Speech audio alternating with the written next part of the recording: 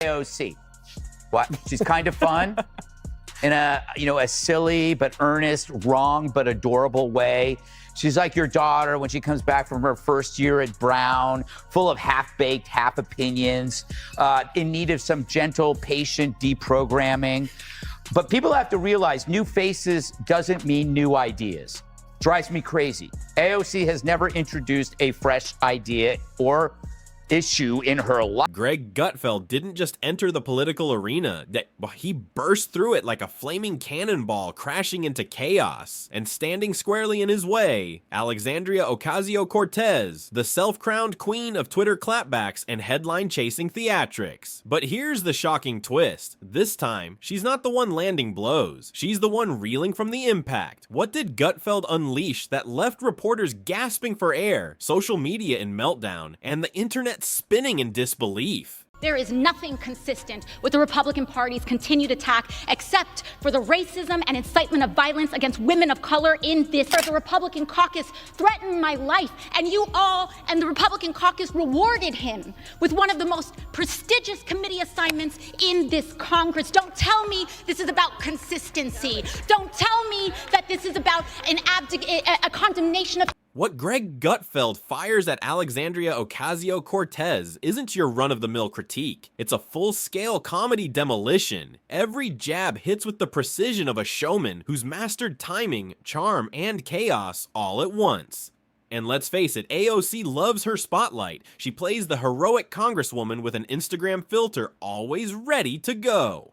But Gutfeld's roast doesn't just sting, it sparkles. He flips her dramatic flair into viral gold, turning every grand gesture into late-night laughter that keeps audiences hooked, roaring, and shaking their heads in disbelief. Gets along with Bernie is because she's like an 80-year-old leftist in a used bookstore. I mean, she may look fresh, but she's as stale as an abandoned futon on the street. It's like, I listen to her, I go, I heard that at Berkeley in 1983.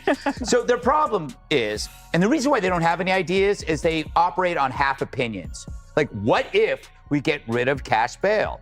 Oh, let's do it. What happens? You have repeat criminals wreaking havoc.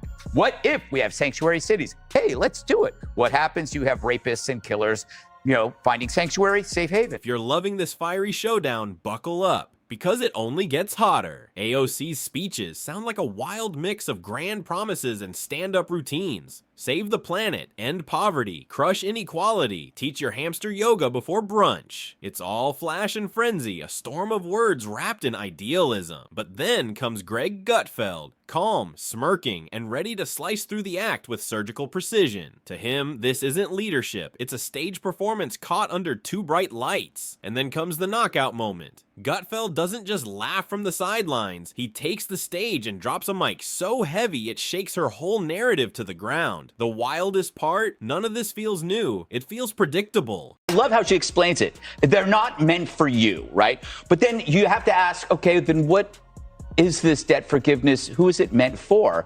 And when you look at the data, it's upper, white, middle-class, liberal women. This ain't welfare, right? These are well-to-do people. It's a bribe for Democrats on the backs of plumbers, truckers, and everyone else who actually does a real job, unlike me.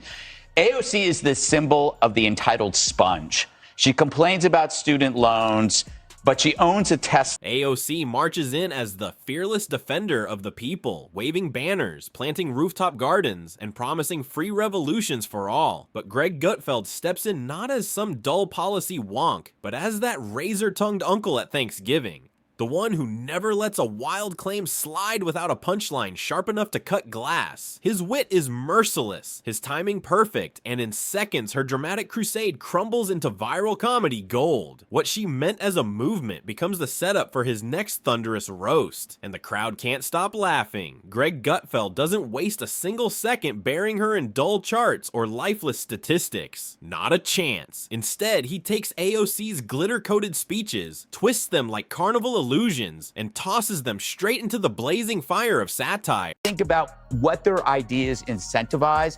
That would be nice. So where are their ideas going to come from? Trump. The only way they're going to create a message is based on whatever Trump does. So I have some slogans for the Democrat Party. Oh, wow. The Democrat Party, when you're tired of success, Okay. The Democrat Party, make America suck again. Democrat Party, the first choice for illegals, vandals, and dead.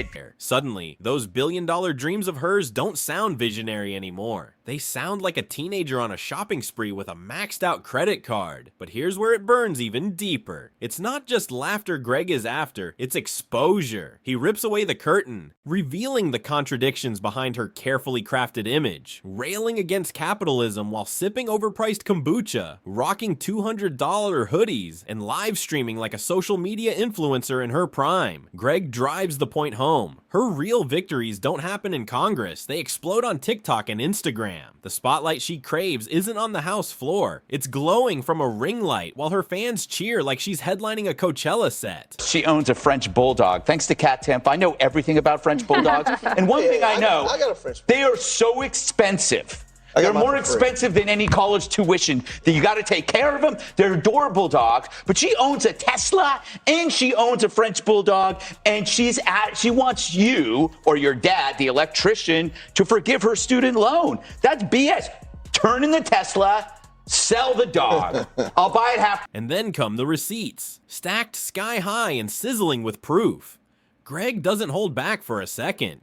He zooms straight in on her crown jewel, the Green New Deal, and tears it apart not as serious legislation, but as a glitter-smeared fantasy board ripped from a teenager's daydream. Free healthcare, free college, free jobs, maybe even free puppies. It all sounds magical until Greg drops the brutal question that shatters the illusion. Who's paying for this? AOC points toward billionaires like they're an endless buffet, but Greg, smirking with precision, reminds her that math doesn't disappear just because someone wants it to. Suddenly, her paradise doesn't sparkle like utopia anymore.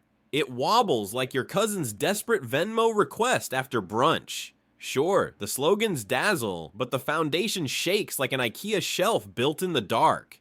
And the fallout, pure comedy gold. Conservatives cheer Greg's takedown like scripture, quoting him as if he's penning the handbook of common sense, while progressives scramble to protect her, crying that Greg's being mean. Meantime, AOC has taken a break from doing nothing to get into a beef with the Twitter chief.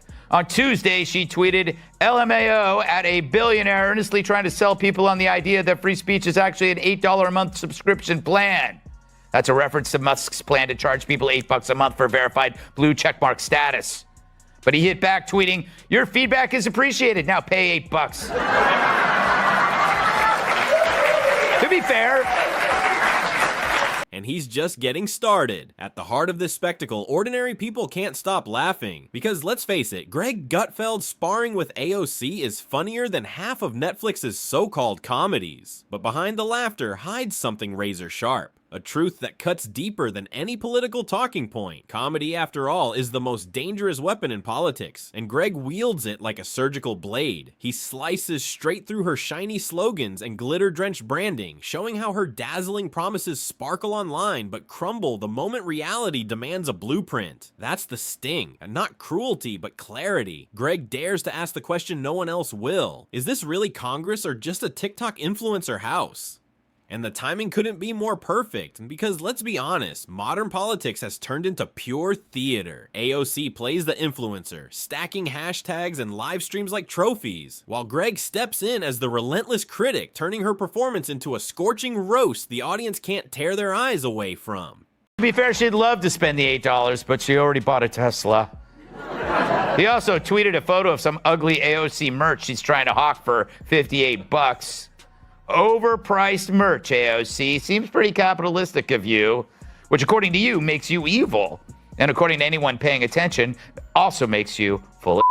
When Greg Gutfeld dismantles AOC's economic logic, it's far more than just late-night comedy. I mean, it's a spotlight exposing the cracks in her grand illusions. Each punchline doesn't just make people laugh, it forces them to see how wildly unrealistic some of her biggest ideas truly are. When he tears into her working-class warrior image, he's not mocking. He's revealing the divide between her fiery words and her polished lifestyle. And when he dissects her Instagram activism, the truth hits like thunder. Politics today feels more like a Broadway show than actual problem solving. The fallout, instant chaos. AOC, never one to back away from a digital duel, jumps online with fiery clapbacks that only fan the flames higher. Sometimes she doubles down, sometimes she shields herself with outrage. But every response just makes Greg's next punchline land harder. It becomes a cycle. She talks, he roasts, she claps back, he strikes again. A political ping pong match so addictive the public can't look away. I mean, first of all, $80 per theater. I made $80 in a theater and there wasn't even a movie playing. Wow. What do you mean? I don't know. It's no surprise. Who would go see a movie that's the opposite of entertaining? There's nothing entertaining about that. Michael Moore's colonoscopy is more entertaining than that because there's probably more twists. But it does show you how great it is to be a progressive in a liberal biased culture. She really doesn't do her job, right? She makes movies, she goes to galas, she sits for glossy butt-kissing interviews in GQ and other women's mags. Yet beneath the laughter lies Greg's sharpest point. Politics isn't about hashtags or filters, it's about results. If no one can explain who's paying for the dream, maybe it isn't a dream at all, just another viral tweet dressed up as leadership. That's why Greg's roasts don't just sting, they hit like body shots that leave a mark.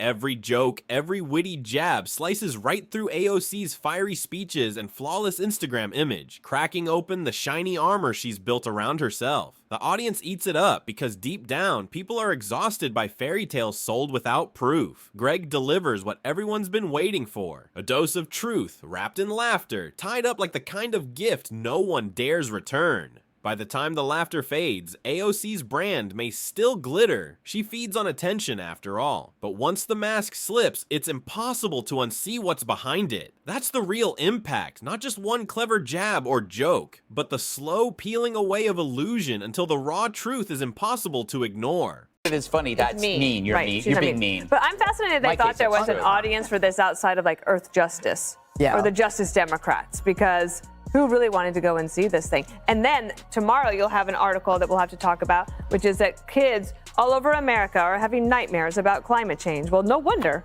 Well, Jessica, what about the fact that the climate activists are very much, they're very much enthused about what they do? Gutfeld tears off the glossy magazine cover and shows the unfiltered version underneath. And when people finally see that her power thrives more on performance than policy, the whole spectacle transforms into a comedy and a cautionary tale all at once. But just when you think the fire's dying down, boom! AOC resurfaces on 60 Minutes, and it's round 2 of the Greg versus AOC saga. It's the sequel nobody asked for, but everyone watches. Politics isn't calming down, and neither are the punchlines. This isn't a one-time feud. It's a full-blown sitcom playing out in real time. Every time she tweets, speaks, or even sighs too loudly in Congress, Greg is waiting in the wings, pen sharpened, ready to twist it into the next joke of the night. At this point, Washington feels less like a government and more like a taxpayer-funded improv show. She paints herself as Rosie the Riveter 2.0, fists high, ready to crush billionaires and rescue the working class. But Greg's punchlines land like brutal reality checks, the kind that make you laugh and cringe at the same time, like realizing you've been paying a gym membership for years. Never stepped inside. Then comes her climate warrior routine, dramatic and cinematic. AOC was on 60 Minutes last night. Quite a feat for a newcomer. Must be all her great new ideas. People are going to have to start paying their fair share in taxes. Once you get to the tippy tops, on your $10 millionth dollar, sometimes you see tax rates as high as 60 or 70%. What an expression. Now, the real story isn't AOC's very old ideas. It's the media's gushy view of her. Even with her old ideas, she gets on 60 Minutes. The past is called the future, and you better love it. He presents global warming like a Marvel villain threatening Earth, demanding an Avengers-sized budget to stop it. In her fantasy, the Green New Deal becomes the Infinity Gauntlet. Snap her fingers and suddenly planes run on optimism, carbon disappears, and every home in America transforms into a glittery HGTV dream house. Greg Gutfeld isn't buying the fantasy for even a heartbeat. He hears AOC's sweeping promises and fires back with razor-sharp precision. Nice dream, but who's paying for it? In that instant, her grand vision stops sounding like serious legislation and starts reading like a Kickstarter wish list with stretch goals that include end poverty and hand out unicorns. The genius of Greg's approach is that he doesn't argue like a dull policy wonk. He roasts like a late-night comic with perfect timing. He doesn't lecture about flawed math. He jokes that her budget looks like it was scribbled on a cocktail napkin after happy hour. He doesn't complain about structure. He cracks that it has the design quality of a toddler's crayon drawing of a house. That's why his punchlines spread like wildfire. They stick in your head like one-liners you can't stop repeating. While AOC's most loyal fans cheer and defend her every word, Greg just smirks, flipping her serious proposals into primetime comedy gold. His delightful dancing video from last week, the media created a fake story that conservatives attacked her over this delightful trifle. Not really. In fact, the only stories written about the dance were by liberals using it to falsely smear the right. So the press creates a shield around her in which any criticism must be due to sexism or bigotry, when in fact it's in their heads and not ours. But this strategy works by preventing... It's like showing up to a water balloon fight only to find your opponent wielding a flamethrower. She's got spirit, but he's torching the field. And the wildest twist, watching the media scramble as progressive outlets rush to protect her, branding Greg as cruel or dismissive. As if name-calling could possibly extinguish the roaring fire of laughter already consuming the internet. Meanwhile, conservative outlets can't get enough of it. They splash Greg's zingers across headlines, turning them into rallying cries and bumper sticker gold. And the rest of us, we're sitting back with popcorn, watching one of the strangest buddy comedies of our time unfold. One star plays the fiery activist turned influencer, the other the sharp-tongued late-night uncle who never runs out of savage jabs. Together, they've built a spectacle that's more entertaining than half of Netflix's entire lineup, but buried beneath the laughter is a question that refuses to fade. What does this circus really say about politics today? On one side, AOC thrives on attention, praise, backlash, even ridicule. Every viral moment cements her celebrity status. But once the illusion starts to crack, the shine fades fast. YouGov poll says AOC has 61% approval rating for Democrats, right? The highest of any Democrat unless they've been elected president. So if your new brand ambassador is going to be AOC, then I think it's more than just the messaging and the branding. So by now you heard that AOC, among others, were arrested last night. She truly is an American hero. It was brutal, taken out in cuffs. Well, technically, her shirt had cuffs. Maybe French cuffs, as she did surrender without fighting. That's where Greg's humor cuts the deepest. His jokes aren't just throwaway lines. They're truth bombs wrapped in laughter. They remind everyone that fiery slogans don't fix problems, Instagram likes don't pass laws, and emotional speeches don't balance budgets. And maybe, just maybe, they remind AOC of one harsh truth. Being a digital superstar doesn't automatically make you a heavyweight in Congress. And here's the biggest twist yet. AOC isn't slowing down for a single second. Without the theatrics, the live streams, and the endless online performances, she wouldn't even be the AOC the internet can't stop obsessing over. And that's exactly why Greg won't stop either. Because without her constant spectacle, half of his comedy arsenal would vanish overnight. It's the strangest duet in politics. She feeds him the content and he blasts it into the spotlight while the rest of us watch the chaos unfold with snacks in hand. But don't think for a second this saga is over. Not even close. Every new proposal, every fiery rant, every viral stunt becomes fresh material for Greg to twist into blistering comedy gold. Think this round was brutal? Just wait. Because if AOC is politics influencer in chief, then Greg Gutfeld is the heckler who will never leave the stage. And in this never-ending comedy club called Washington, the mic never cuts off, the punchlines never lose their bite, and the exposure, oh, it never ever ends.